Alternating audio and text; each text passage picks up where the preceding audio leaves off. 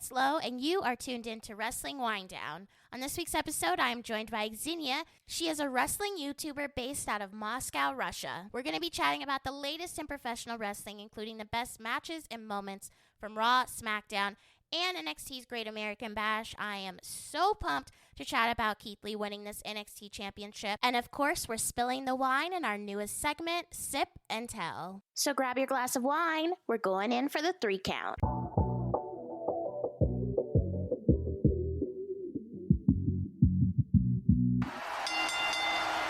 I am joined today by Xenia. I hope you're ready to talk some wrestling and sip some wine. Hi, hey everyone. Thank you so much for having me, Lo.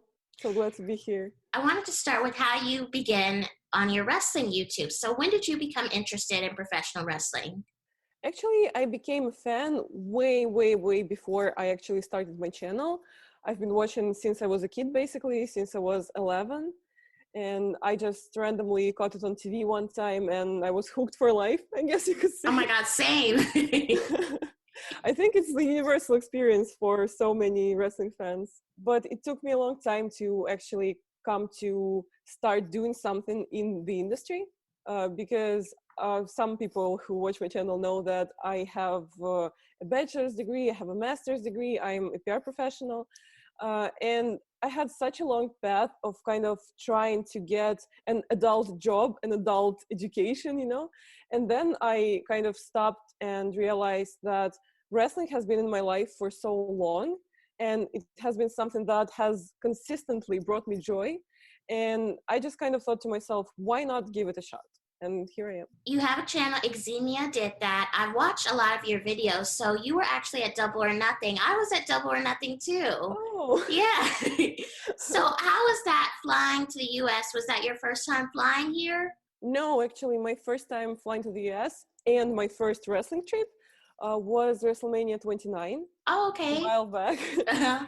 And it was a really, well, if we're talking about WrestleMania, if we're talking about my first time in the US, it was a really life-changing experience for me because everything was so new and the US is very different from Russia. And I can't really put it into words like in one sentence, like how is it different? It's just very different. It just is, trust me. And you're just overcome by all this new experiences, new people. And at the same time, I got to experience my first huge wrestling show. It wasn't my first wrestling show period because I'm sure you know WWE actually did a tour in Russia. They came to Russia before that, so I was there. But WrestleMania, I'm sure again everyone knows what I'm talking about. WrestleMania is just bigger than life. Right. So it was amazing. But yeah, Double or Nothing was also very different in its own way because it was my first wrestling trip that I made as a YouTuber. Okay, that's great. Where I actually had like stuff to do and where I actually had arranged interviews and things like that. So it was also very eye-opening experience in the best way possible. You are one of the main podcasters in Moscow, Russia, and you're one of the only female ones. How does that feel? Yeah, it is kind of strange even to think about because I don't want to say that the media field around wrestling in Russia is small. Like it's not small in the traditional sense, but in the way of utilizing new media, such as, again, YouTube, podcasts, social media, Twitter, it is fairly new to Russia in regards to wrestling. So it's really amazing to be one of those people to kind of pave the way. I don't want to toot my own horn, but I guess I could say it like that about myself. The most important thing about my channel and about me being a wrestling YouTuber from Moscow, from Russia, is not that I actually did it, because there were people before me who had YouTube channels, who had podcasts, who did wrestling commentary, just like I do again. But I feel like my main accomplishment so far has been that I've managed to go out of this local bubble in a way, and to experience more American wrestling and to experience American wrestling media. Again, some of your listeners may know that I was featured on Watchamania, which was really big news within the Russian wrestling community. Everyone was congratulating me because I feel like I've worked so hard exactly on that, and I've been learning English for as long as I can remember, and I've been trying to kind of reach further, and I would hope that I'm succeeding. Let's get into Raw this week, we saw Heath Slater make an appearance, which was so unexpected. He came out and he cut this incredible promo with Drew McIntyre. But how did you feel about the match itself? I feel like they wanted to hype up Heath Slater as this guy that got released with everyone else in April. And then once the match started, it was a short match. If you blinked, it was over with. And then you saw the embrace between Heath Slater and Drew McIntyre after the fact. And I was reading online, this was done almost as like a sign-off for Heath Slater's career in the WWE. His 90-day non-compete clause is almost over, so he wanted to make that his last appearance. And I think it is meaningful. Him and Drew have a long storied history together in the three-man rock band and personally, so I think that was a great end to his tenure in the WWE. What did you think about this moment? I am very much a 3MB fan. I was a really, really huge fan of them when they were around as a faction, and there's this like joke, or I guess you could say trope, that's going on around in the wrestling community, the 3MB curse, quote unquote. Oh yeah, I've seen that. WWE, then getting really buff, coming back and winning the main title, and I would hope to see Heath in that role someday.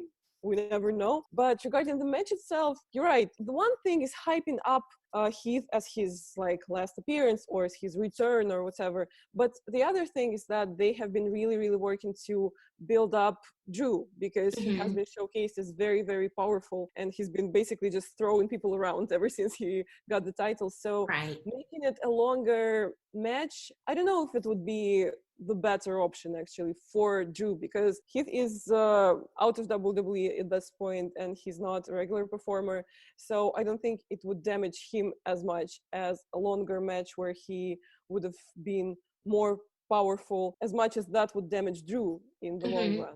So I don't think they kind of did him a disservice or anything by making it a short match. I know you're a huge Dolph Ziggler fan, so how are you feeling with Dolph Ziggler's involvement here? He's been very secretive about the match clause that they're going to have at Extreme Rules. Do you think this is a smart strategy, or do you think it's not? I think it might be a smart strategy. The thing about this feud between Ziggler and Drew is that it is very much logical. Like, they have so much history together. They were tag team champions together, and it has a lot of ground to stand on. But I feel that it has been kind of rushed and everything has kind of been crammed together, and they didn't really have an opportunity to have the story unfold, really. Right. So maybe approaching the match itself this way might give it a little more pizzazz, you know? We also saw the announcement of, this is so strange, an I versus I match between Seth Rollins and Mysterio at Extreme Rules, which we'll talk a little bit more about in the Sip and Tell segment, but this match is just so odd. Nothing like this has ever been done. I did expect to hear the match clause, but I didn't expect to hear it exactly after the match. So we saw Rey Mysterio and Kevin Owens pick up the win. We saw Rey Mysterio's son Dominic get involved. We saw Aleister Black, who was slated to be in this match. He got involved and attacked Seth Rollins, but I don't even know what to say about this clause. Like, it's never been done, and it's strange. It seems like WWE is just trying to pick anything at this point to gauge people's interest. I'm assuming it's going to be one of the theatrical matches, but maybe it won't. Maybe it'll be a typical wrestling match. Yeah, there's this saying that I really like, which goes like, if it's stupid but it works, is it really stupid? So it's a very strange stipulation to announce, and it's unlike anything we've seen before, but people are talking about it. People are curious about it, and I am curious about it. I really, really wonder what it's gonna look like. And I don't know if it's gonna be a cinematic match, but we've seen in the recent events that WWE has done in the light of the coronavirus and all this stuff, they've been really dabbling into some unconventional things, like the simulated crowd and stuff like that. So maybe it will be a CGI eye just hanging out of someone's eye socket. I don't know, we'll see. We also saw a lot of women's action this week. So Ruby Riott was in action against Billie Kay, and it has a lot of people wondering if we're going to see the reunion in the works for Ruby Riott and Liv Morgan. Sarah Logan just announced a couple weeks ago that she is pregnant. She was released by WWE in April, so she obviously wouldn't be involved in that. But Liv Morgan has had a really strong presence on Twitter with the fans. And Ruby Riott has done a really good job, but they haven't had her on the main shows recently. it seems like they've really been sticking a lot of their really good talent on main event because they really don't know how to utilize them right now, storyline wise. But how would you feel about Riot and Morgan getting back together? I'm really on the fence about it, to be completely honest with you, because the recent events with Liv, her losses, have been a really huge letdown. Mm-hmm. Because when she appeared at Mania, I thought that it was going to be the start of something really, really big for her, like of a big push. And obviously, this isn't happening right now. Right. And if they actually do end up getting back together, it arises two important questions. Question number one, are they really going to be powerful as a team? Because we have recent losses of Liv and we have Ruby Riott losing pretty much consistently after her on-screen return. And question number two is, what was the point of breaking them up in the first place? Well, I think WWE Yeah. really didn't know what to do with them. And it seemed like with the brand splits and having them go all over the place, it really made a lot of people question what was next for all of them. And I think a lot of people expected Ruby to shine the most, but it came down to Liv almost shining the most. She had a really strong presence for a while. She was involved in the women's action. And then it seemed like you said, she kept losing matches, and it was kind of like, well, why is this momentum dying down for her? You know, I could see them going after the tag titles, but yeah, they really tried to repackage Liv, and pretty successfully from the get-go, and she was really compelling, she was really interesting to watch. But then it kind of started to die down, and not because fans weren't digging her or anything like that, but because just the writers weren't treating her right, basically, I guess you could say. And again, if they form a tag team, again, that would be really strange, because the whole thing about Liv's new gimmick after her repackaging was that she's not gonna be the same person again. She's not gonna be someone that does as they're told. And if she just ends up going back together with Ruby, that would kind of defeat the purpose. I know, make it make sense. It just, I don't know. We'll see what WWE does with that. I have to talk about this karaoke contest that was on SmackDown this week. What the hell? We got Lacey Evans, Naomi, Tamina, and Dana Brooke, and it led to a match between Naomi and Lacey, and I'm just not here for this. I've talked a lot about how I think Naomi isn't being used properly. Tamina isn't being used properly. Dana Brooke isn't. I'm a little bit on the fence about Lacey Evans just because she really had a lot of moments to shine. You know, she was involved in a few with Becky Lynch. She's been involved in with Bayley. So she's had her opportunities. But these other women, I feel like they aren't being utilized properly at this point. And seeing a karaoke contest, it almost brought me back to when I first started watching wrestling and how they were doing like lingerie contests and summer bikini contests. And I'm like, you have these talented women on this roster. They're ready to compete and you don't know what to do with them. Now, I'm not saying that WWE doesn't know what to do with all of their women, because look at Sasha and Bayley. They're on fire right now. They're on all three brands. They're killing it. It seems like WWE is so focused on Bayley and Sasha and them being strong champions, and they're kind of leaving these other women by the wayside that are just as talented. Please utilize our women. I'm just tired of it. Yeah, it's funny how you said that it reminds you of the time when we were kids and when we were starting to watch WWE, because this is the exact thought that I got. We had Evolution, we had women's tag titles introduced, and now we're back again to this kind of content that they give us with the women's division. It's kind of sad and it's kind of embarrassing.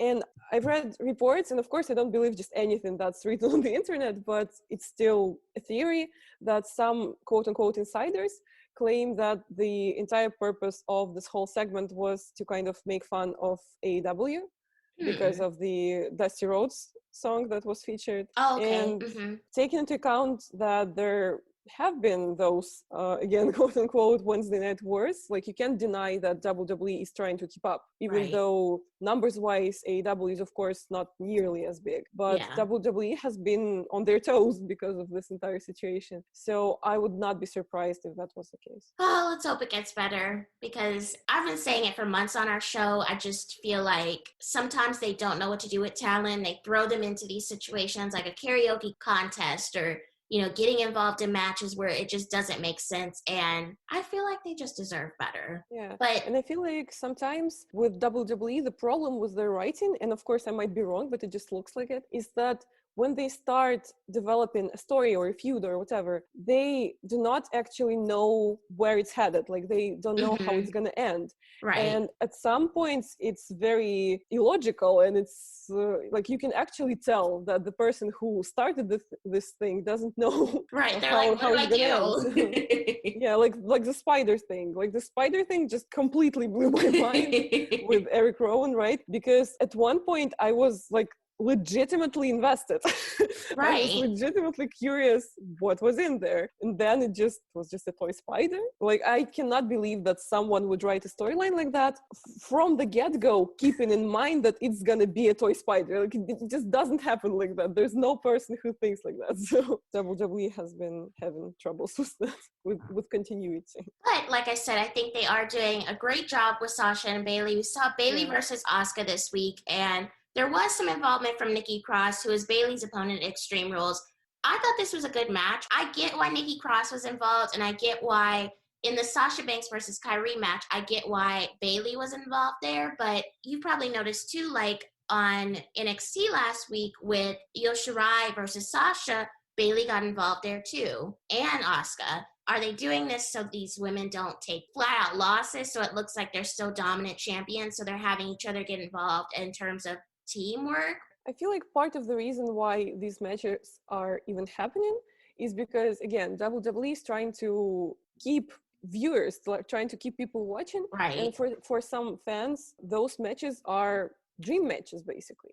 And while they do feel the need to have those matches, they are trying to protect both parties again. So I don't really think that having matches end with someone's involvement or with like cheating or anything like that is a bad thing, because I feel like it's often that WWE piles losses on a wrestler and that makes them lose their momentum. So this way of protecting people from like being basically like a clean cut loser, I think it's a good thing sometimes, actually. I think it was good to see Kyrie back. This was her first appearance on WWE television in a few weeks. We didn't expect it. We thought Asuka was going to be alone in this situation, but seeing Kyrie come back, I think it was great. They did mention in a promo that they plan to go after the tag team championships. I mean, 2-time champions. They've been champions before. I wasn't a fan of their first reign because I felt like a lot of people forgot they were even champions because we never really saw the titles defended. So if WWE does go down that road again of having Asuka and Kyrie as women's tag team champions, I hope that they're utilized properly and that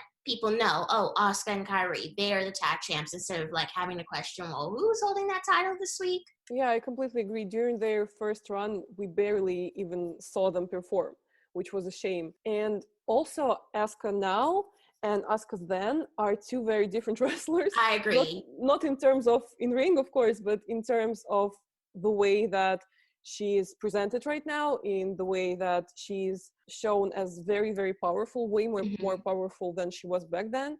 So I think, yeah, it would be a great idea for them to have this kind of redemption for their first run, which kind of disappointed some people.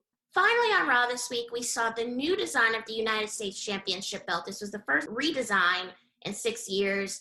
I think the belt looks okay. I think a lot of people are freaking out a little bit because it isn't what they're used to. But in terms of like the belts that we've seen recently, like the 24/7 title, I think this belt is an improvement. What do you think? It's definitely different from what we're used to. I'm always going to picture the title that they had because that's what the belt was when I first started watching wrestling. But, you know, you just got to get used to it. Yeah, I've been hearing people have some very strong reactions. Some people hate it, some people love it. I don't really have a very prominent opinion on it, but I feel like the main thing about it is that it matches the new Intercontinental title.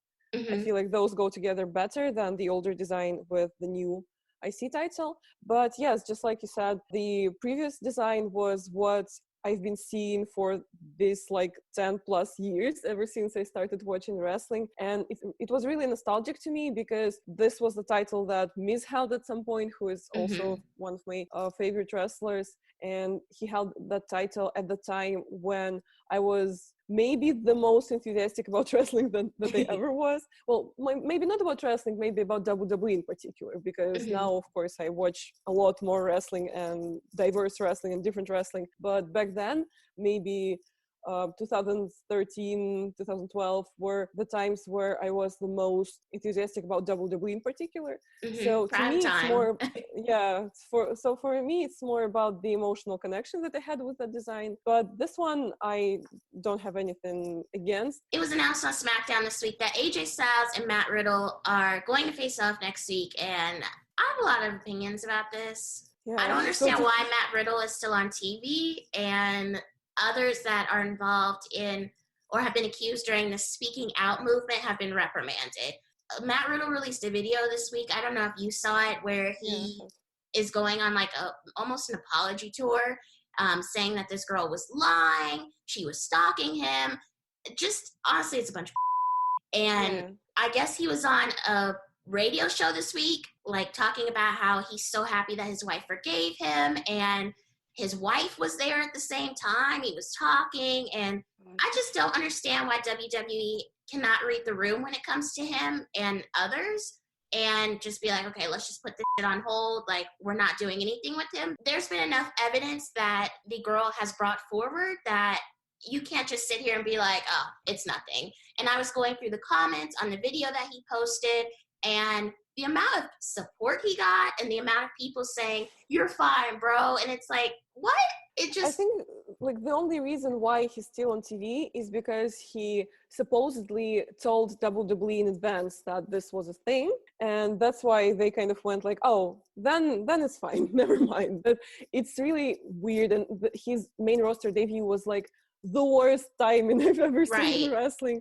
And you know what? Part of the reason why he got so much support, like I wouldn't say that I understand it. I would say that I expected it, because like one thing is that the girl, Candy Cartwright, right? She brought so much evidence out. Like there's no way that you can keep denying it. So he went the path of admitting to one thing and saying that the rest is all a lie, so that people will believe him easier. So that people are like, oh, he owned up to that, but so the rest must be untrue as well. But the thing is, in the Russian wrestling community, I recently went on a podcast of a friend of mine, and in Russia, it's like the most popular wrestling-related podcast. But they invited me for the sole reason that, and rightfully so, they wanted to have a female voice on the podcast when they were talking regarding the speaking out situation. And there were so many hateful, angry comments. It was like the most commented on issue of the podcast ever, and people were just raging.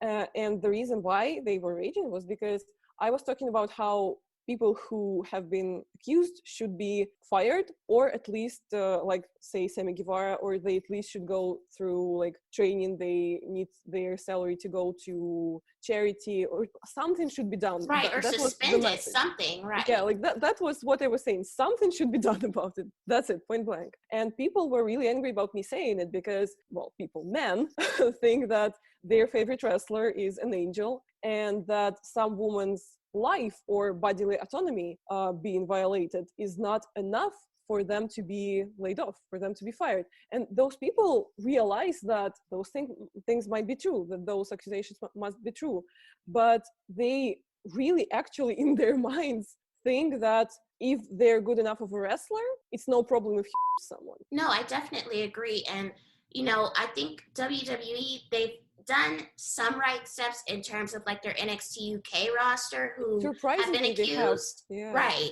But when it comes to Matt Riddle, it's like he's still being promoted, he's still on stuff, and I guess that a Raw superstar has been accused as well, but he's been off TV. Supposedly it's COVID related, but he's been off TV and a lot of people noticed, but I guess he was still involved in like taped promos and stuff. So I think WWE they think that they're in a difficult situation, but if they just took Matt Riddle off TV and suspended him while they looked into this, I don't think a lot of fans would have an issue, because there are accusations against him and there are ways to be like, okay, let's just take a pause on this, let's investigate this, and let's keep going. It's not fair to keep pushing this individual, and meanwhile you have other people that you've suspended and they're almost the same accusations. And the thing is, even if they, WWE, the corporate, are 100% sure that he's innocent, okay, let's assume that. Even if they are so sure, they must read the room. They must realize that people, the fans, the viewers,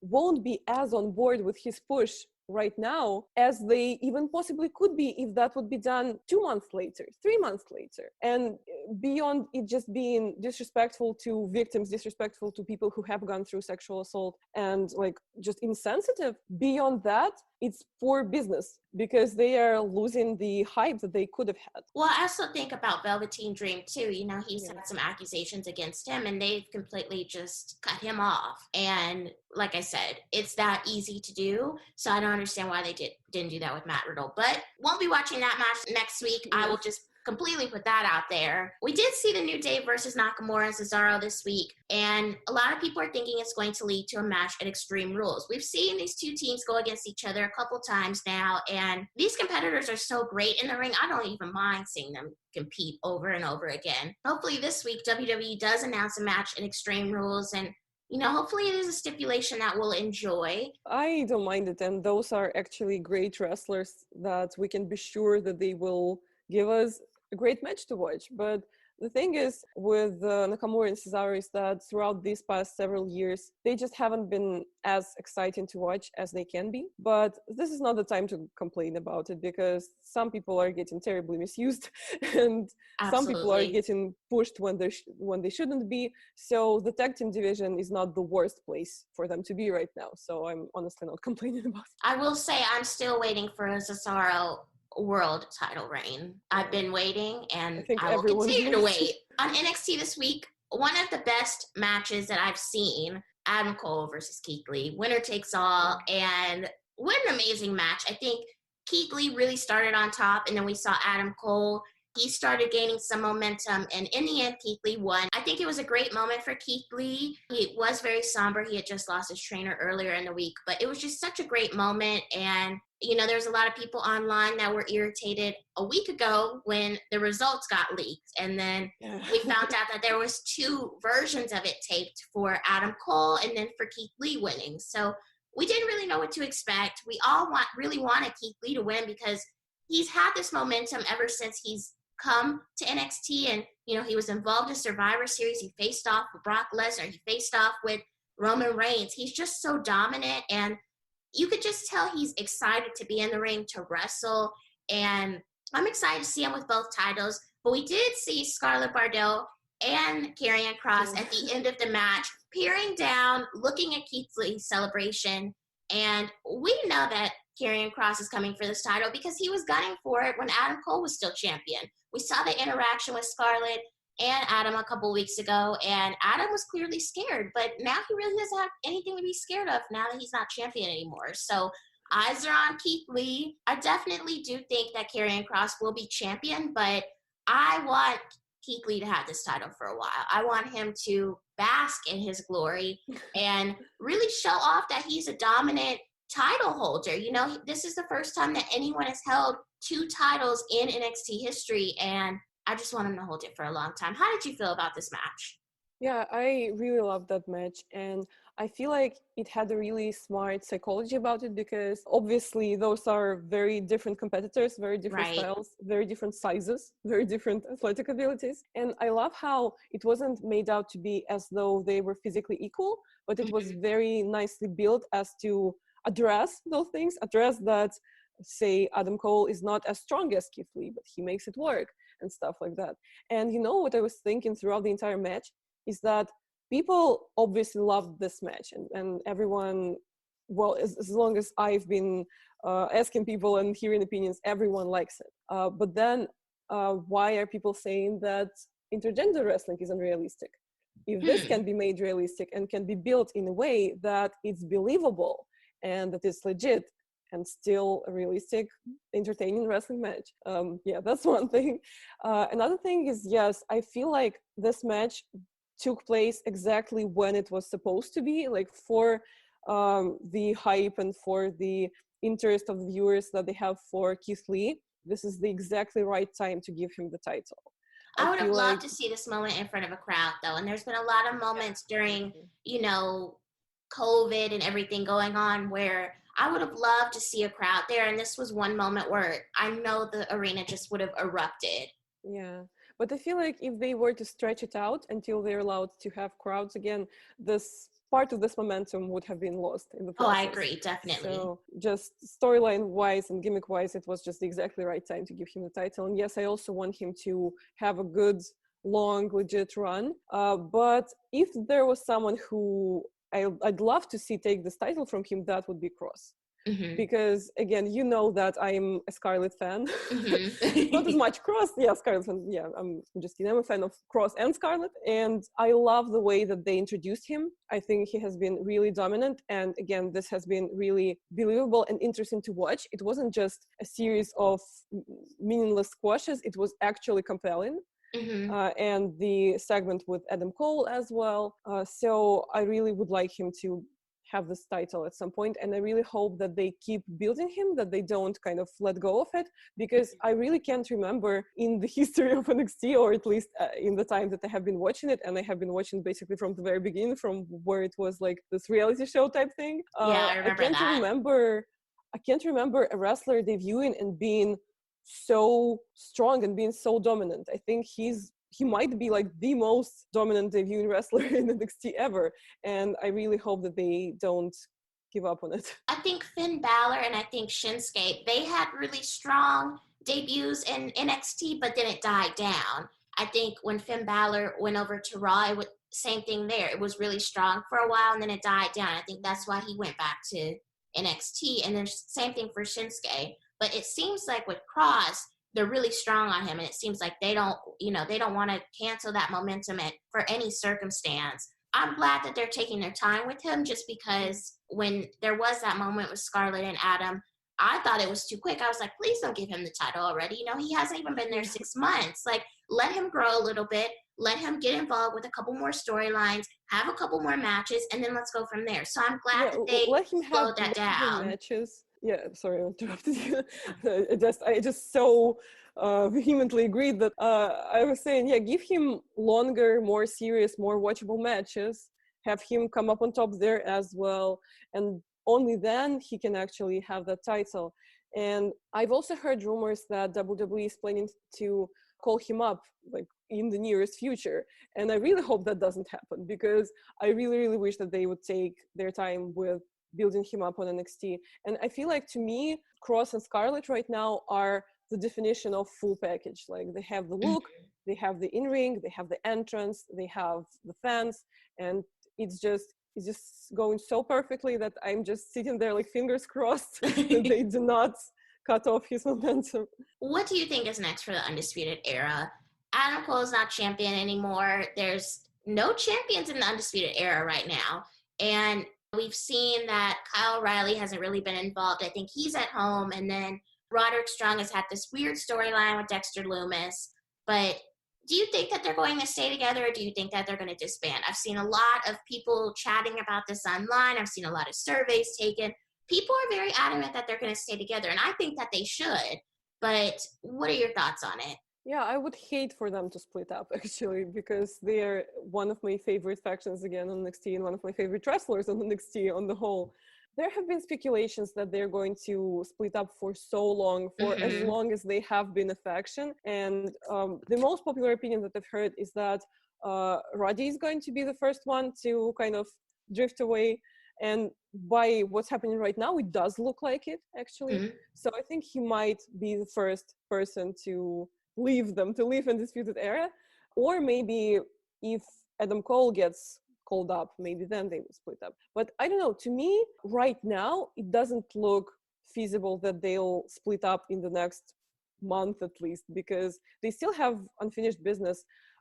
Yes, Dexter Lumis won at the Great American Bash, but it still doesn't feel like this whole storyline is completed, because there has been so many segments about how the other members of the Undisputed Era have been trying to support Roddy and have been trying to like help him overcome his fear, and it hasn't been that successful. And by the segment that we saw before the match, it was kind of evident again that all those exercises that they did with him, like leaving him in the trunk of a car again for him to relieve the trauma, I guess, or whatever, it didn't really work. Like, he still has like, flashbacks about it. So maybe the logical thing for him would be to confront them about it.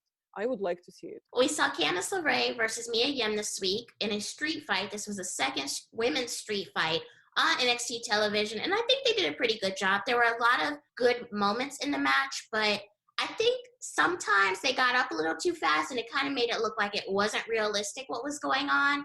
That was like in the beginning of the match. And then I felt like at the end of the match, they did a really good job. And that table spot that ultimately ended the match, I felt like that was great.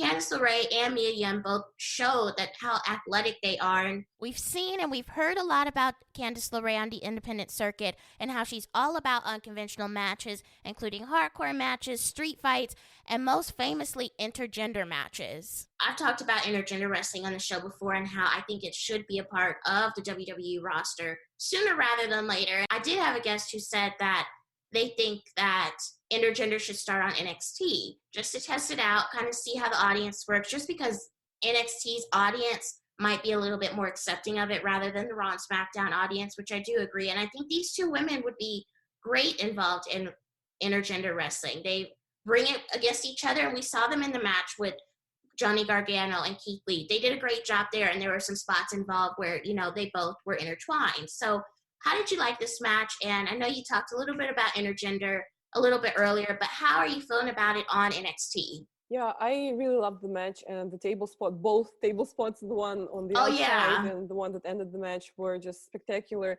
And I really do feel like this match once again showcases that women can shine in those stipulations that are considered manly as much as the men. And it's really confusing to me, like, why WWE is so cautious about putting women in unconventional circumstances, because they are obviously making it work. Like, they are obviously not letting anyone down. And regarding the intergender wrestling, yes, I'm a huge intergender wrestling advocate.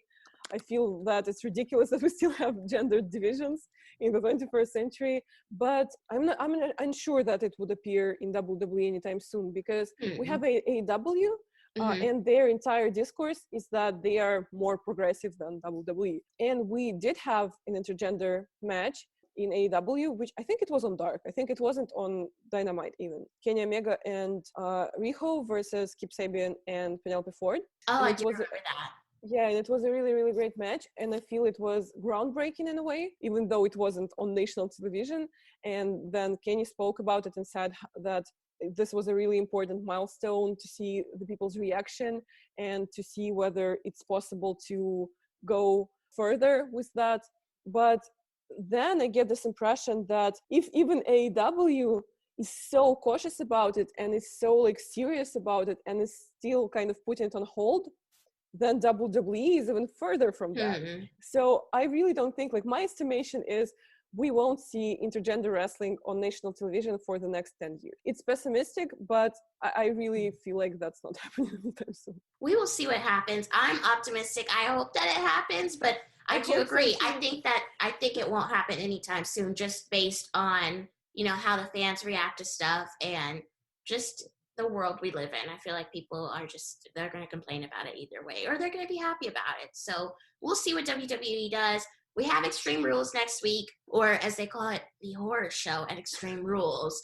And the card is jam-packed. We have Braun Strowman versus Bray Wyatt in a Wyatt Swamp fight. It's a non-title match.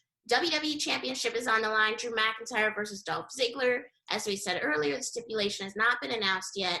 SmackDown Women's Champion Bayley will be defending against Nikki Cross. Raw Women's Championship on the line. We have Asuka defending against Sasha Banks. Rey Mysterio versus Seth Rollins for this eye for an eye match. United States Championship on the line. We have Apollo Crews defending against MVP. And Jeff Hardy versus Sheamus in a bar fight. I don't know why Jeff Hardy versus Sheamus is still going on, but it's fine. We're fine. I think that it's going to be a good show. Hopefully it sticks to what they're doing now with like the 2.5 hour to 3 hour time limit that they have on the pay-per-view. I think it's really been a hit with the fans. So we'll see if they add any more matches or if this will be it and we'll still have time left in the day after the pay-per-view is done. Yeah, the shorter pay-per-views have been so much easier to watch. And the thing is that I am based in Russia right now, and there is a huge time difference. So the pay-per-view would start at like 1 a.m. for me. Oh my God. So it's not about having time in your day. It's about going to bed at like a reasonable time, but anything after 3 a.m. is not reasonable time anyway. But like at least getting some time to sleep after that. But yeah, for me, the most anticipated thing on that card would be, I think, the swamp match, because Yeah, I it should was be hoping interesting. that we would get more cinematic matches, and anything that has to do with the Bray Wyatt / Wyatt family, I'm down for, because when they just debuted on NXT, even I was such a huge fan of the Wyatt family, and because the thing is, I like gimmicks that are not the classic, wrestler gimmicks.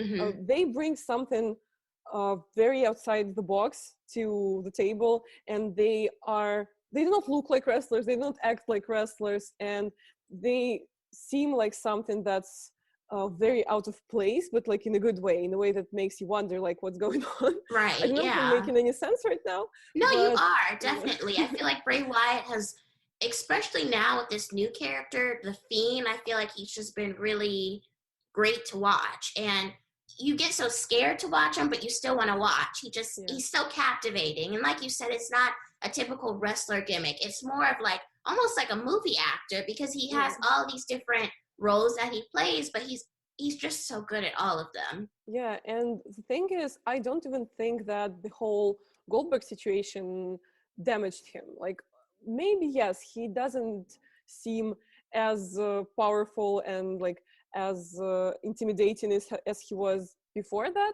but I still think that he's up there and that he's still interesting to watch and that he still has our attention. And every time there's a segment, I like, like you're sitting watching wrestling and you have like your phone in one hand and then Hmm. you're like going to get snacks, but when his segment is on, I like put everything down, I log out of Instagram and I watch.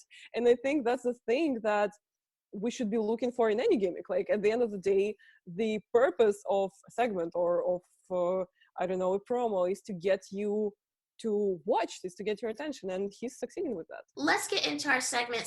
We talked about this eye for an eye match. Let's kind of dive in and really figure out what it is. According to the Observer, is the idea that it is a taped match and they're going to use some CGI effects to simulate an eye being pulled out, which would be the finish.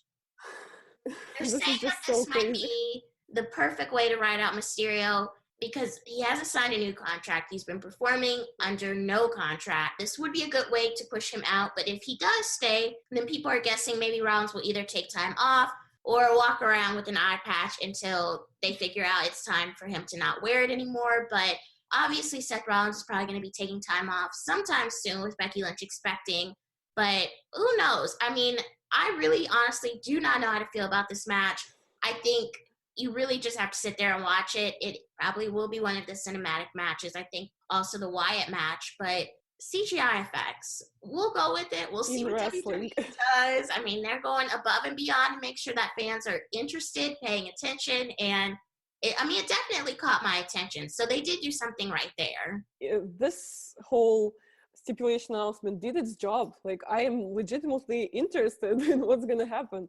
And say, imagine they actually do the CGI thing and pull out someone's eye. A lot of people will be mad. Like I can already picture wrestling Twitter just in shambles after this match.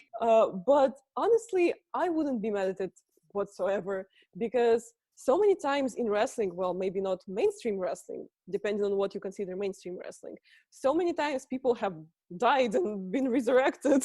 And wrestling is just this whole other realm that anything can happen in. So if we are stuck in this situation with the COVID because they like can't have crowds, they can't have live shows the way that we know them, why not take advantage of it? Why not go a different path, because we have been criticizing WWE for so many years for being afraid to take a new step, for being afraid to bring new formats, and now they are doing exactly that. So maybe this crisis might have brought something good to wrestling after all. I was reading online that WWE was expecting to have SummerSlam in front of a live fan-based audience, but it looks like that's not a possibility anymore.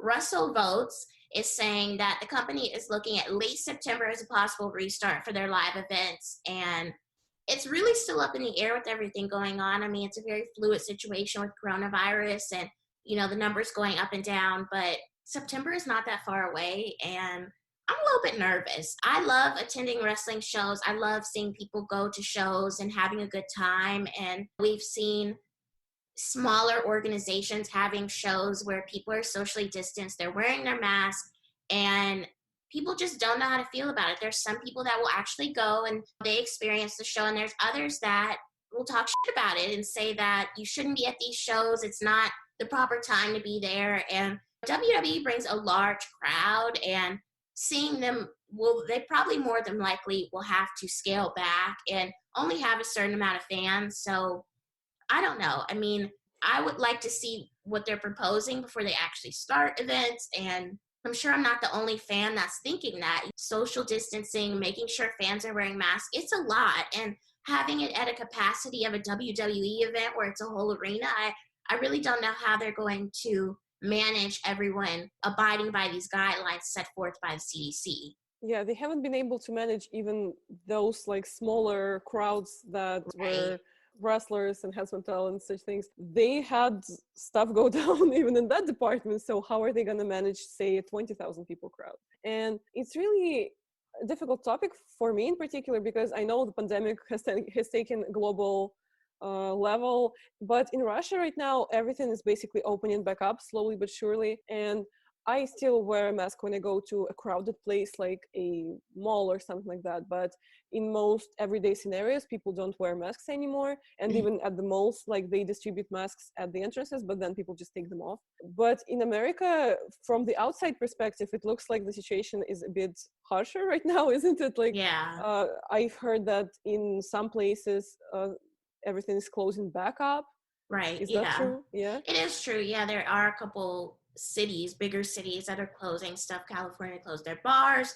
Here in Las Vegas, we just closed our bars again. So it's just a lot. And seeing these smaller venues like bars or wineries or distilleries, they're closing, and thinking about WWE having an event with 20,000 people or 10,000, even 500. I mean, that's still a lot. And I don't know how they're going to manage it. So it's just impossible to control. You just cannot control it. You can take temperatures at the entrance, but some people can be asymptomatic and still have COVID, and you wouldn't know because you cannot test like 10,000 people.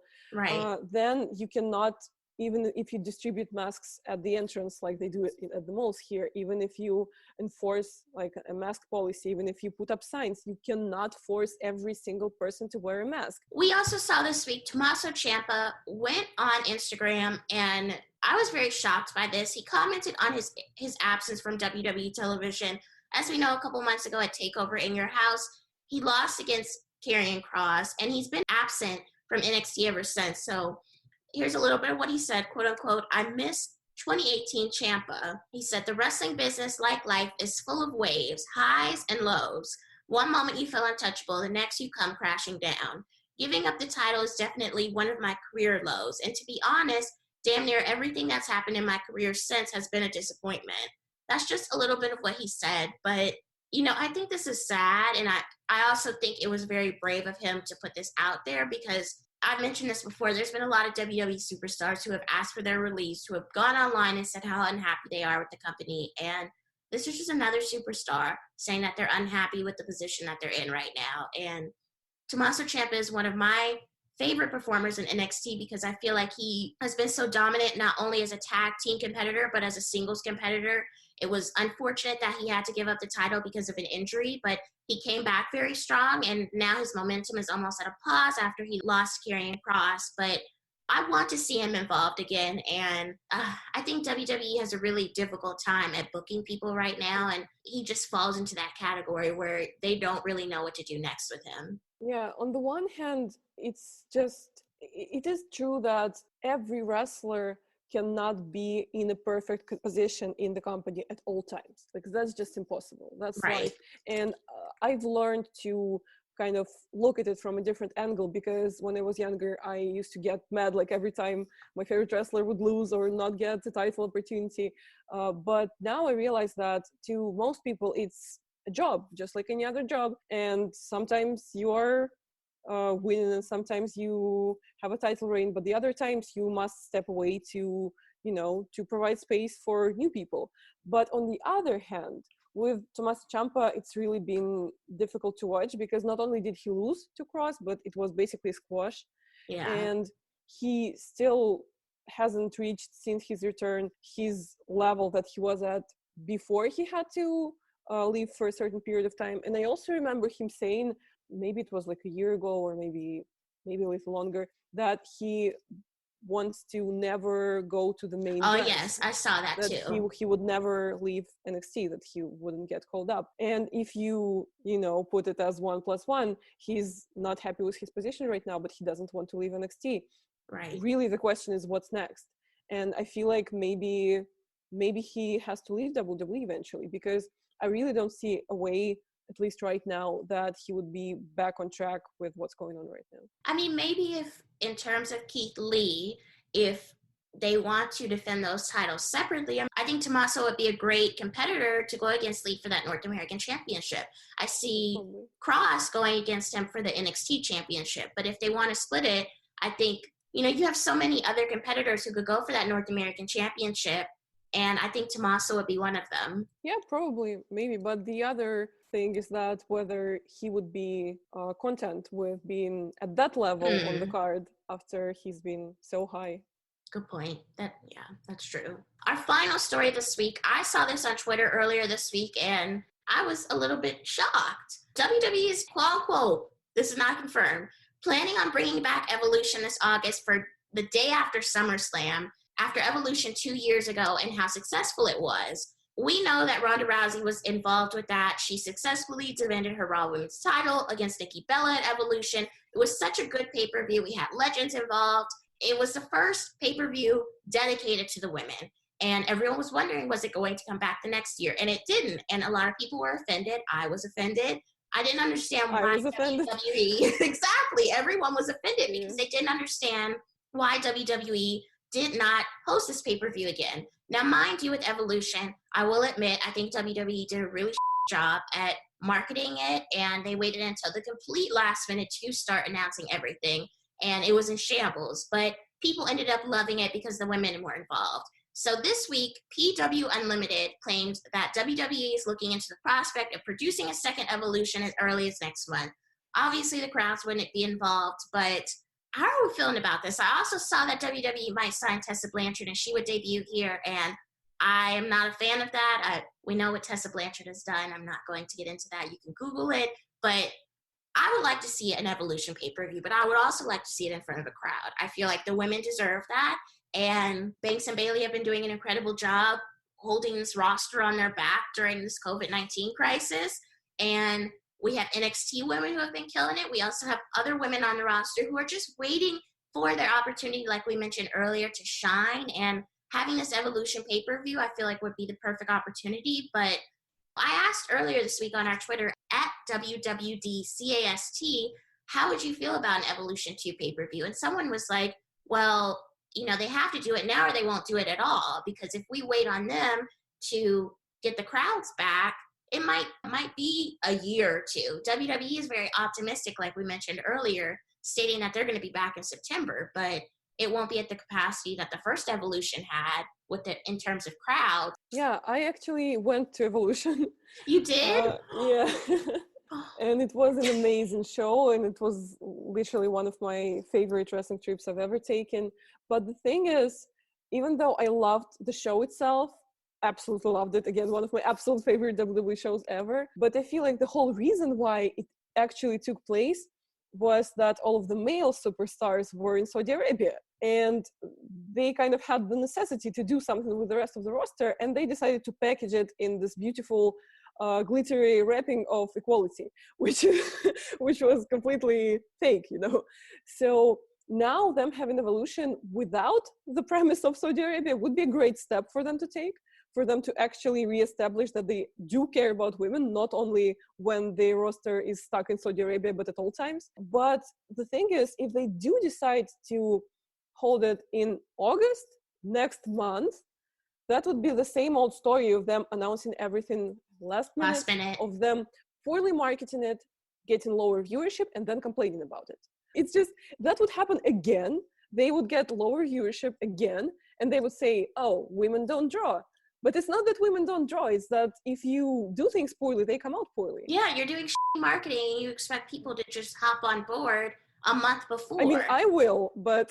I mean, I will too. But in terms of other fans, you know, that's where Evolution, I feel like, had its downfall, and a lot of people were pissed about because they were waiting the last minute to announce matches. People were trying to figure out, well, am I going to go support this first ever women's pay-per-view or not? And they're waiting for the card to come out, and it's 2 weeks before, and there's one match announced. And, you know, people were getting injured. They had to reorganize the matches, but still, like, communicate with your fans. You communicate when it's a male-dominated pay-per-view. Why not for the women? I'm just saying. Yeah, and when we're talking viewership, I don't mean just WWE Network. It's also about, like, organizing the show, because now, of course, we do not have crowds. But last time, for some people, sure, they just, you know, buy a ticket and then get dressed up on the evening off and then go there.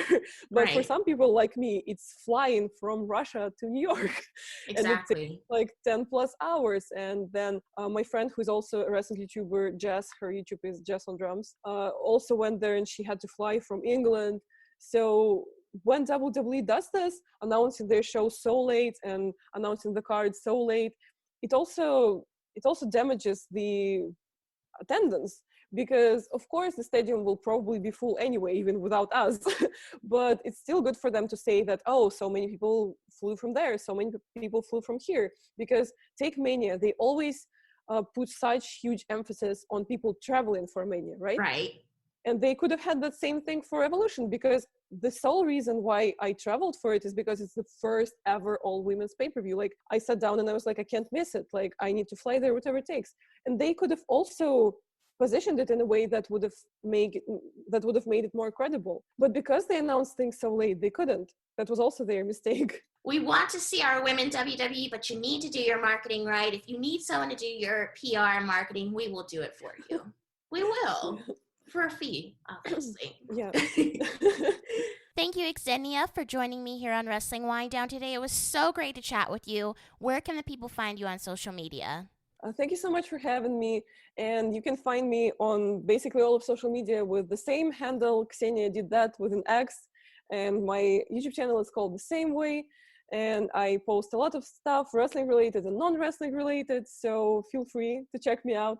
And I also do giveaways regularly. So by subscribing, you might as well win something next time. Thank you for tuning into another episode of Wrestling Winedown. You can find all of our other episodes available on Spotify, Apple Podcasts, Google Play, and wherever else you listen to your podcast. You can also find us on Twitter and Instagram at WWDcast. That is at WWDCAST.